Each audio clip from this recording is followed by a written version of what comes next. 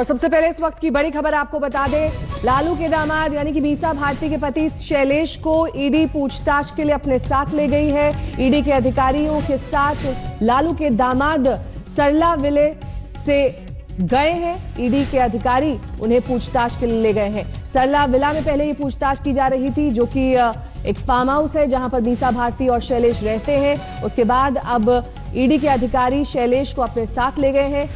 7 घंटे से आपको बता दें ये पूछताछ की जा रही थी सरला विला में, लेकिन अब सरला विला से बाहर ले जाकर ईडी के अधिकारी अब उनसे पूछताछ करेंगे। ये तस्वीरें हम आपको दिखा रहे हैं उस वक्त की जब शैलेश को ईडी के अधिकारी अपने साथ ले जा रहे थे।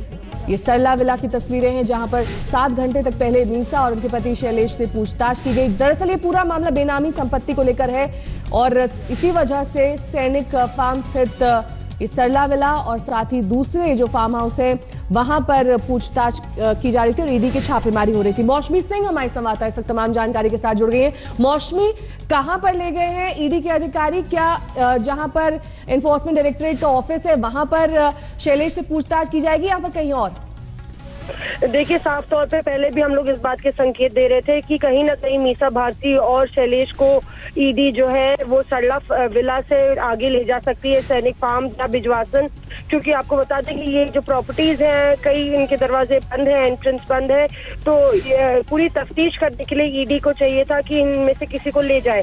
अभी हमने ताजा जो तस्वीरें दिखाई उसमें आप देख सकते हैं कि शैलेश इनोवा गाड़ी में पीछे बैठे हुए थे और उनको ईडी सरला विला जो कि आधा घंटा दूर है सैनिक फार्म से वहां पे ले गई है। साफ तौर पे कहीं ना कहीं ईडी के पास पुख्ता सबूत है। यही वजह है कि ये तफ्तीश कई घंटों से चल रही है और जिस तरह से 8,000 करोड़ का घोटाला पूरा इस मनी लॉन्ड्रिंग का मामला ये सामने आया है, इससे ऐसा लग रहा है कि शैलेश कुमार की मुश्किलें काफी बढ़ सकती हैं, क्योंकि जिस तरह से मिशेल कंपनी को फायदा पहुंचा, जिस तरह से काला धन को सफेद किया गया, इसके पुख्ता सबूत कहीं ना कहीं ईडी के पास है, हमारे सूत्र ये बता रहे हैं। और साथ ही मौसमी, आपसे ये भी जानना चाहेंगे कि सूत्र क्या बता रहे हैं, क्यों इतने घंटे की पूछताछ के बावजूद इस तरह की जरूरत पड़ी कि शैलेश को सरला विला से बाहर ले जाना पड़ा, अब कहीं और ले जाकर उनसे पूछताछ की जाएगी? आखिरकार क्या वजह है?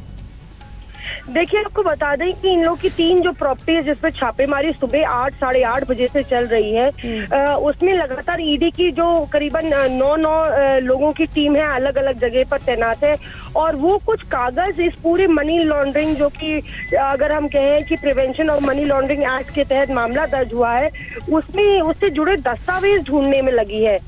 उनमें कई दस्तावेज ऐसे हैं जिनका सीधे सरोकार मीसा भारती और शैलेश कुमार से है।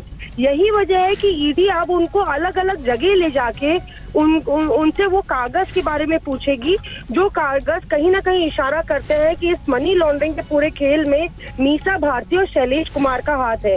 ईडी ये जानती है कि तमाम तलवारें, तमाम सवाल जवाब ईडी पर किए जा रहे हैं कि वो सरकार के इशारे पर कर रही है, केंद्र के इशारे पे काम कर रही है। यही वजह कि ईडी कोई भी जोखिम नहीं उठा रही, सारे पुख्ता सबूत इकट्ठा कर रही है।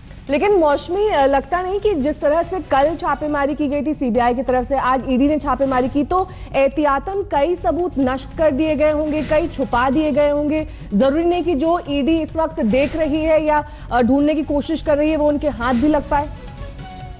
देखिए, कहीं ना कहीं नेहा, ये मामला 2002 का है, ये मामला आज का नहीं है। इससे पहले जैन बंधुओं पर केस दर्ज होकर उनको अरेस्ट किया गया है और पूरे इस मामले में एफआईआर दर्ज हुई है prevention of money laundering act के तहत। उसके एम्बिट में मीसा भारती और शैलेश कुमार की एक कंपनी भी आ रही है। बताया जा रहा है कि जो राजेश अग्रवाल जो सीए थे जैन ब्रदर्स के, वो सीए इनके भी थे, मीसा भारती और शैलेश कुमार के, और उन्होंने बताया कि किस तरह से बिजवासन का जो फार्म हाउस खरीदा गया, आप अंदाजा लगाइए, वो फार्म हाउस करीबन 1.5 करोड़ में खरीदा है, जबकि उसकी अगर असल वैल्यू आप एस्टिमेट करें तो 50 करोड़ से भी ज्यादा है। तो इस तरह की बेनामी संपत्तियों का जो सरोकार है, वो कहीं ना कहीं जो धागा है वो मीसा भारती, लालू यादव की बड़ी लड़की और उनके दामाद से जुड़ रहा है। चिंता का विषय कहीं ना कहीं आरजेडी के लिए है, क्योंकि आप ये कह सकते हैं कि ये पॉलिटिकल वेंडेटा है, पर जब एनफोर्समेंट डायरेक्टरेट बाकायदा पुख्ता सबूतों के साथ आपके सामने आएगी तो ये सवाल खड़ा होता है कि आखिर कब तक आप इसको झुटलाएंगे।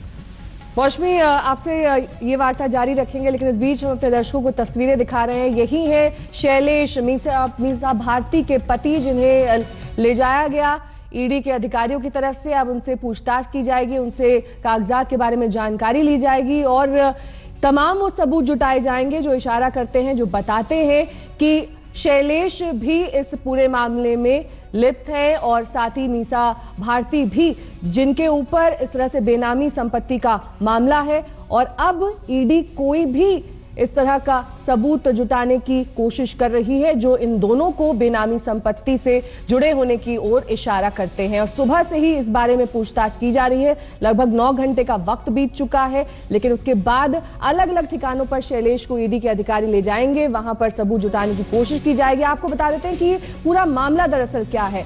मीसा भारती पर ईडी के छापे क्यों पड़े हैं? 8,000 करोड़ का कालाधन सफेद करने का ये मामला है, जिसका सीधा आरोप मीसा भारती और उनके पति शैलेश पर लगा है। मीसा और पति शैलेश पर मनी लॉन्ड्रिंग के भी आरोप हैं। साथ ही आपको यह भी बता दें कि शैलेश पर फर्जी कंपनियों से काला धन सफेद करने का आरोप है। इसी वजह से उनसे पूछताछ की जा रही है। मनी लॉन्ड्रिंग एक्ट के तहत ईडी ने 3 ठिकानों पर छापेमारी की है, जिसमें कई फार्म हाउस शामिल हैं। दिल्ली के बिजवासन, सैनिक फार्म और घितोरनी में छापेमारी की गई है।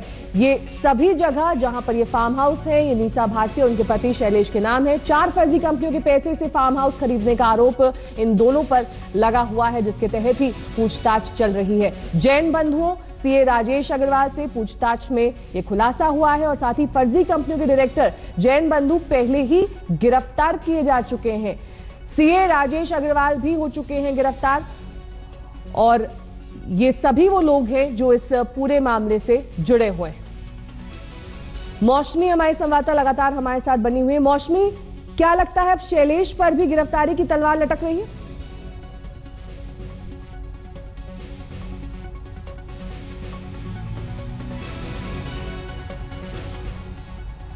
मौसमी, आपको मेरी आवाज मिल रही है?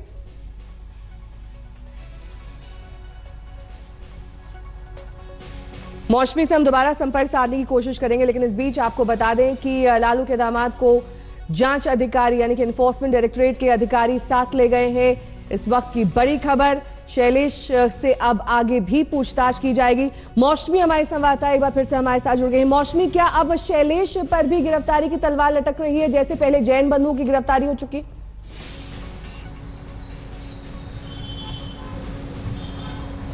जी बिल्कुल, आपको बता दें नेहा कि हमने पहले ही संकेत दिए थे कि किस तरह से मीसा भारती और शैलेश कुमार के खिलाफ पुख्ता एविडेंस ईडी बटोर रही है। लगातार ये 2002 से जब से ये मामला चल रहा है, उसके बाद शिकंजा तब कसने लगा जब मार्च में जैन बंधुओं की गिरफ्तारी हुई और जिस तरह से शालिनी होल्डिंग में काला धन को सफेद किया गया, उससे इशारा साफ है कि कहीं ना कहीं ईडी जो है वो कागजों के जरिए मीसा भारती और शैलेश कुमार पर भी लगातार नजर बनाई हुई थी और कागज जुटा रही थी। आपको बता दें कि यहाँ से अभी शैलेश कुमार को ले जाया गया। ये सरला विला है और लगभग आधा घंटे की दूरी पर सैनिक फार्म से, जहाँ पे उनको कुछ दस्तावेजों के सिलसिले में ले जाया गया है। इनोवा गाड़ी में उनको बैठा के यहाँ से ले जाया गया और मीसा भारती से हमने बात करने की कोशिश की है, हालांकि अभी तक कोई प्रतिक्रिया वहां से नहीं आई है। पर सुबह से यहाँ पे सन्नाटा पसरा हुआ है। मीसा भारती थोड़ी देर के लिए बाहर भी आई थी, उनकी एक तस्वीर भी आई पर काफी सीरियस नजर आ रही थी। उससे कहीं ना कहीं संकेत कि लालू प्रसाद यादव के परिवार की मुश्किलें यहाँ पे बढ़ती नजर आ रही हैं। जिस तरह से ईडी ने सुबह से छापेमारी की है, ऐसा लग रहा है कहीं ना कहीं कि गिरफ्तारी की तलवार न सिर्फ शैलेश कुमार पर बल्कि मीसा भारती पर भी लटक रही है जाहिर तौर पर। और कल लालू यादव ने इसे बताया था कि केंद्र की साजिश है। इसी तरह से उन्होंने कहा था कि रेजिग्नेशन नहीं होगा डिप्टी सीएम का, वो अपने पद पर बने रहेंगे। लेकिन आपके पास लौटेंगे मौसमी और आपसे तमाम बातचीत करेंगे। लेकिन इस बीच जब ले जाया गया शैलेश कुमार को, तब हमारी संवाददाता मौसमी सिंह की ये रिपोर्ट देखिए। लगभग 3:15 बजे ईडी के आला अधिकारी सरला विला से बाहर निकलते हुए आप देख रहे हैं इनोवा गाड़ी में आला अधिकारी बैठ रहे हैं। ये तस्वीरें हम आपको दिखा रहे हैं किस तरह से सरला विला के भीतर तमाम ईडी के आला अधिकारी कई घंटों तक बैठे रहे। लगभग 6 घंटे से ऊपर तक तफ्तीश चली। मीसा भारती और उनके पति शैलेश से ईडी के अधिकारियों की कोशिश थी कि जो भी पूछताछ करनी है, दस्तावेज दिखाने हैं तो लेने हैं वो ले लिया जाए। और आपको बता दें कि 3 प्रॉपर्टीज हैं जिसपे रेड चल रही है और ईडी के अधिकारियों से बात करने की हम लोग कोशिश करेंगे। सर, मैम, 3 अधिकारी इस गाड़ी में हैं और इस गाड़ी में 6 अधिकारी, कुल मिला के 9 अधिकारी अगर हम कहें ईडी के अधिकारी बाहर निकलते हुए लगातार छापेमारी ईडी की चल रही है। आप देख रहे हैं मीडिया की टीम किस कदर से उनके पीछे भाग रही है। हालांकि ईडी के आला अधिकारी कुछ भी नहीं कह रहे। जाहिर है कि उनके लिए ये मुश्किल है कहना कि उन्होंने क्या दस्तावेज हासिल किया है, पर कुल मिला के काफी मुश्किल बढ़ती नजर आ रही है मीसा भारती की। इससे पहले हमने मीसा भारती की तस्वीर देखी थी, काफी सीरियस नजर आ रही थी और हालांकि उनके घर से किसी ने भी कोई संवाद नहीं किया है। और इस बीच बिहार में रेलवे टेंडर घोटाले पर मचे बवाल के बाद आज दिल्ली में सुबह से ही बेनामी संपत्ति को लेकर लालू की बेटी मीसा भारती और उनके दामाद की 3 संपत्तियों पर छापेमारी शुरू हो गई थी। मीसा भारती खुद भी इन्हीं में से एक घितौड़नी के शानदार फार्म हाउस सरला विला में मौजूद थी, जहां सुबह 8 बजे से लगातार 9 घंटे तक ईडी के अधिकारियों ने उनसे पूछताछ की। लालू एंड फैमिली के सियासी वादों का एक सिरा पटना में है तो दूसरा सिरा दिल्ली में। एक दिन पहले बेटे के खिलाफ आरोपों से निपट रहे थे लालू यादव और आज दिल्ली में ईडी ने बड़ी बेटी मीसा भारती और दामाद शैलेश यादव की 3 संपत्तियों पर छापा मारा। जिस वक्त ईडी ने बेनामी संपत्ति को लेकर छापेमारी शुरू की, मीसा भारती और उनके पति शैलेश भिटोरने वाले फार्म हाउस सरला विला में ही मौजूद थे। ईडी अधिकारियों ने मीसा और उनके पति से लंबी पूछताछ की।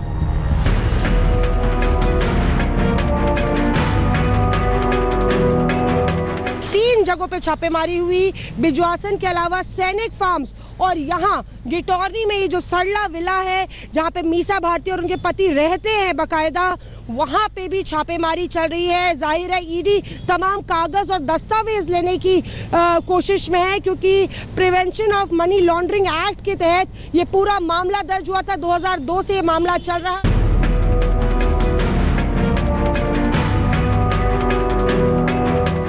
दिल्ली के बिजवासन के इसी 26 नंबर फार्म पर पहुंची। सबसे पहले ईडी की टीम यहां पर पहुंची। यहां ईडी ने जो अंदर ठिकाने हैं, जो अंदर कमरे हैं, वहां पर छापेमारी की, लेकिन उसी दौरान ईडी को कई कमरों में ताला जो है वो लॉक दिखा। सैनिक फार्म हाउस दिल्ली। दिल्ली के पॉश इलाके में 1.5 एकड़ में फैला हुआ यह फार्म हाउस मीसा भारती के नाम पर है। इसकी कीमत करीब 50 करोड़ रुपए बताई जा रही है। बेनामी संपत्ति के बाद अब हवाला के आरोपों पर घिरी मीसा भारती और शैलेश के खिलाफ गंभीर आरोप हैं। इसमें मीसा और शैलेश की कंपनियों पर 8,000 करोड़ के काला धन को सफेद करने का मामला है। इनके खिलाफ 4 फर्जी कंपनियों के जरिए फार्म हाउस खरीदने का आरोप है। फर्जी कंपनियों के डायरेक्टर जैन बंधु और सीए राजेश अग्रवाल से पूछताछ के दौरान हवाला मामले का खुलासा हुआ था। सीए राजेश अग्रवाल को पहले ही गिरफ्तार किया जा चुका है। बेनामी संपत्ति के मामले में मीसा भारती और उनके पति शैलेश कुमार से इनकम टैक्स विभाग पहले भी पूछताछ कर चुका है। इससे पहले 16 मई को इनकम टैक्स ने लालू प्रसाद यादव और उनके परिवार के 22 ठिकानों पर छापेमारी की थी। तब करीब 1000 करोड़ की बेनामी संपत्ति के मामले का खुलासा हुआ था। लालू यादव ने तब इस बेटी और दामाद की संपत्ति का मामला बताकर खुद को अलग कर दिया था। और इस बीच पटना में सुशील मोदी के घर के बाहर सुरक्षा बढ़ा दी गई है। वहां का जायजा लिया हमारे संवाददाता ने। ठीक है, भाजपा नेता सुशील कुमार मोदी ताबड़तोड़ लालू और उनके कुनबे के खिलाफ भ्रष्टाचार के मामले उजागर करते जा रहे हैं और इसी क्रम में कल लालू के घर पर सीबीआई के छापे भी पड़े, जिसके बाद इस बात की आशंका जताई जा रही थी कि क्या सुशील मोदी को अब जान का खतरा भी महसूस हो सकता है। इसी को लेकर आज सरकार की तरफ से जो है देख सकते हैं सुशील कुमार मोदी के घर पर जो है वो सुरक्षा काफी बढ़ा दी गई है। आमतौर पर इतनी सुरक्षा उनके पास इर्द गिर्द नहीं रहती है, लेकिन कल जिस तरीके से सीबीआई छापे पड़े और जो मोदी खुद बता रहे हैं कि वहां कुछ आरजेडी के कार्यकर्ता थे जो उनके निवास स्थान को ढूंढ रहे थे, उसके बाद जो आज यहाँ पे सुरक्षा बढ़ाई गई है। बिहार पुलिस के जवान यहाँ पर भारी संख्या में जो है वो लगा दिए गए हैं। वैसे मोदी खुद कह रहे हैं कि उन्हें किसी प्रकार की सुरक्षा की जरूरत नहीं है, लेकिन इसके बावजूद सरकार अपने तरफ से किसी भी किस्म का चूक नहीं करना चाहता है। और इसी को लेकर यहाँ पर जो आज एक पोलो रोड है, सुशील कुमार मोदी का ये सरकारी आवास है, यहाँ पर सुरक्षा जो है वो बढ़ा दी गई है ताकि किसी प्रकार की कोई घटना न घटे। कैमरा पर्सन सुजीत कुमार के साथ रोहित सिंह, पटना आज तक। अब आगे बढ़ेंगे, बात करेंगे मुख्यमंत्री योगी आदित्यनाथ की, जिनके शहर गोरखपुर में आज वो पहुंचे और उन्होंने अपने शहर में एक खास मकसद से यहां का दौरा किया। लेकिन अपनी सादगी के लिए मशहूर मुख्यमंत्री के लिए प्रशासन तामझाम के साथ ऐसी वीआईपी तैयारी के साथ था जिसे लेकर पहले भी सवाल उठ चुके हैं। गांव की गलियों में बिछ गया रेड कारपेट। शायद विकास के कुछ काले धब्बों को छुपाने के लिए रास्ते में लगे थे सफेद पर्दे।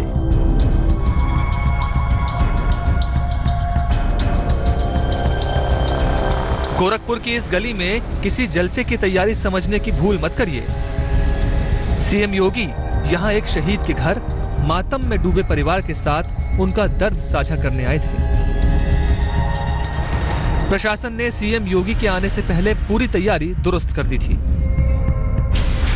कमरे में शहीद सब इंस्पेक्टर साहब शुक्ला की तस्वीर, कालीन पर सज गया केसरिया रंग का सोफा और कमरे के एक कोने में लग गया कूलर। सर ऐसा मेरे को पता नहीं किसने दिया है और कब तक के लिए दिया है। ये हमारे सीएम साहब के आने का जो अरेंजमेंट तैयारियां चल रही थी तो ये उसी के लिए हुआ था। अभी प्रशासन का ही पूरा है लेके, वो चाहे रास्ता बनवाए या यहाँ पे जो भी टेंट तंबू जो भी था वो सब प्रशासन का है, तो ये भी प्रशासन। सर ये उनका ये सारा अरेंजमेंट जो भी आप देख रहे हैं यहाँ पे एवरीथिंग, हर एक चीज़ उन्हीं का अरेंजमेंट है, चाहे वो कूलर हुआ, कुर्सी हुआ, सोफा हुआ या मैट हुआ। इसी साल 25 जून को श्रीनगर के पंथा चौक पर सीआरपीएफ के काफिले पर लश्कर तैयबा के आतंकियों ने हमला किया था। इसमें गोरखपुर के रहने वाले सब इंस्पेक्टर साहब शुक्ला शहीद हो गए थे। आज उनके परिवार से मिलने सीएम आदित्यनाथ योगी आए, संवेदना जताई और 6 लाख की मदद का चेक।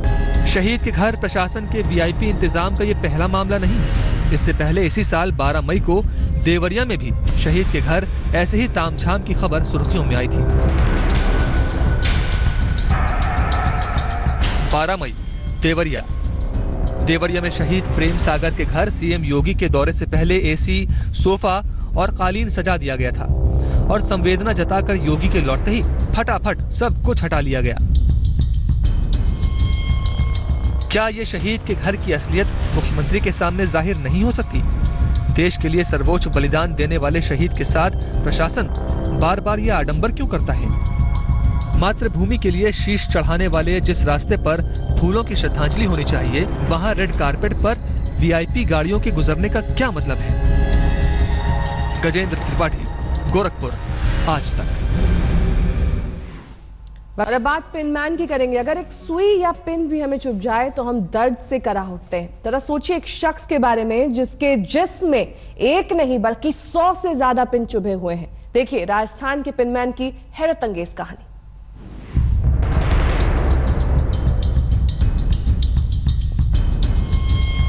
गले में पिन,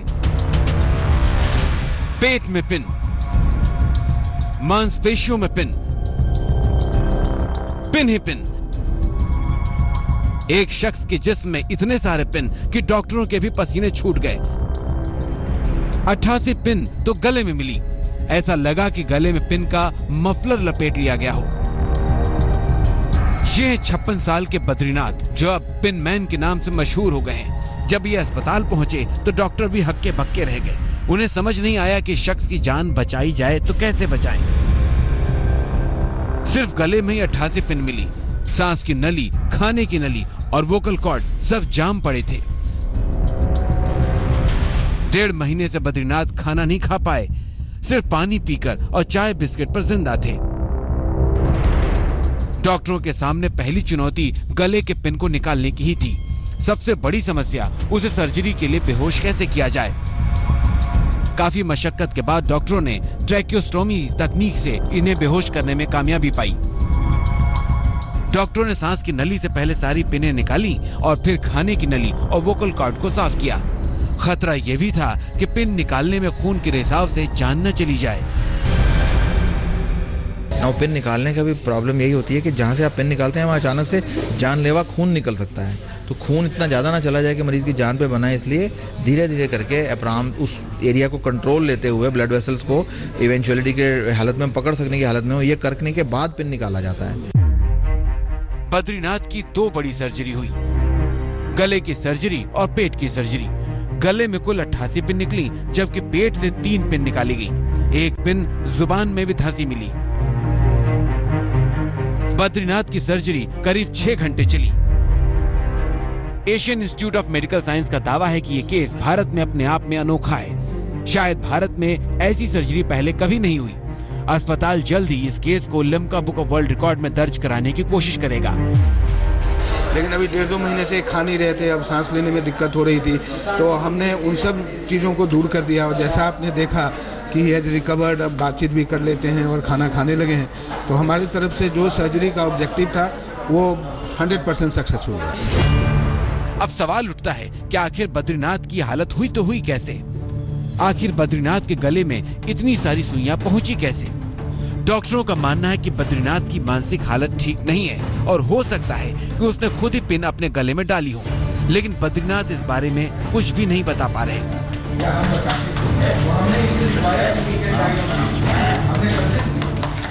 उनके बेटे भी इसे लेकर हैरान हैं कि आखिर इतनी सारी पिन इनके जिस्म में पहुंची तो पहुंची कैसे। पैर का ऑपरेशन किया, इसका गबरा किया, तो कार की सुई से मालूम चला, ऐसे कोई पता नहीं चल रहा था। 2 महीने तक भर्ती रहे। धीरे धीरे पैर का अंगूठा फूट गया। फूटने के बाद उन्होंने अक्सरा करा। अक्सरा करने के बाद उस पैर में आलपीने आई। आलपीने आने के बाद तो उन्होंने पूरा इस शरीर का फिर अक्सरा करा ना, तो पूरे शरीर में आलपीने आ गई, पूरी बॉडी में। रेलवे में पानी सप्लाई का काम करने वाले पिनमैन सर्जरी के बाद अब ठीक हैं। अब वो बोल सकते हैं और खाना खा सकते हैं और खुलकर सांस भी ले सकते हैं, लेकिन पूरी तरह स्वस्थ होने में अभी उन्हें कुछ और वक्त लगेगा और हो सकता है कि डॉक्टरों को एक सर्जरी और करनी पड़े। दिल्ली से रोशनी ठोकने के साथ आज तक ब्यूरो। और अब रुक करते हैं दार्जिलिंग का। पश्चिम बंगाल का पहाड़ी शहर फिर से दहल उठा है। ताजा हिंसा में 2 लोगों की मौत के बाद वहां पर एक बार फिर से अशांति है। गोरखालैंड समर्थकों का आरोप है कि पुलिस की फायरिंग से दोनों की मौत हुई है और इससे नाराज कार्यकर्ता आज सड़क पर उतर आए और जमकर आगजनी की। उन लोगों ने पहले पुलिस चौकी फूंकी, फिर ऐतिहासिक टॉय ट्रेन स्टेशन को आग के हवाले किया। उसके बाद पूरे शहर में तनाव है। पिछले हफ्ते ही शहर से सेना को हटा लिया गया था।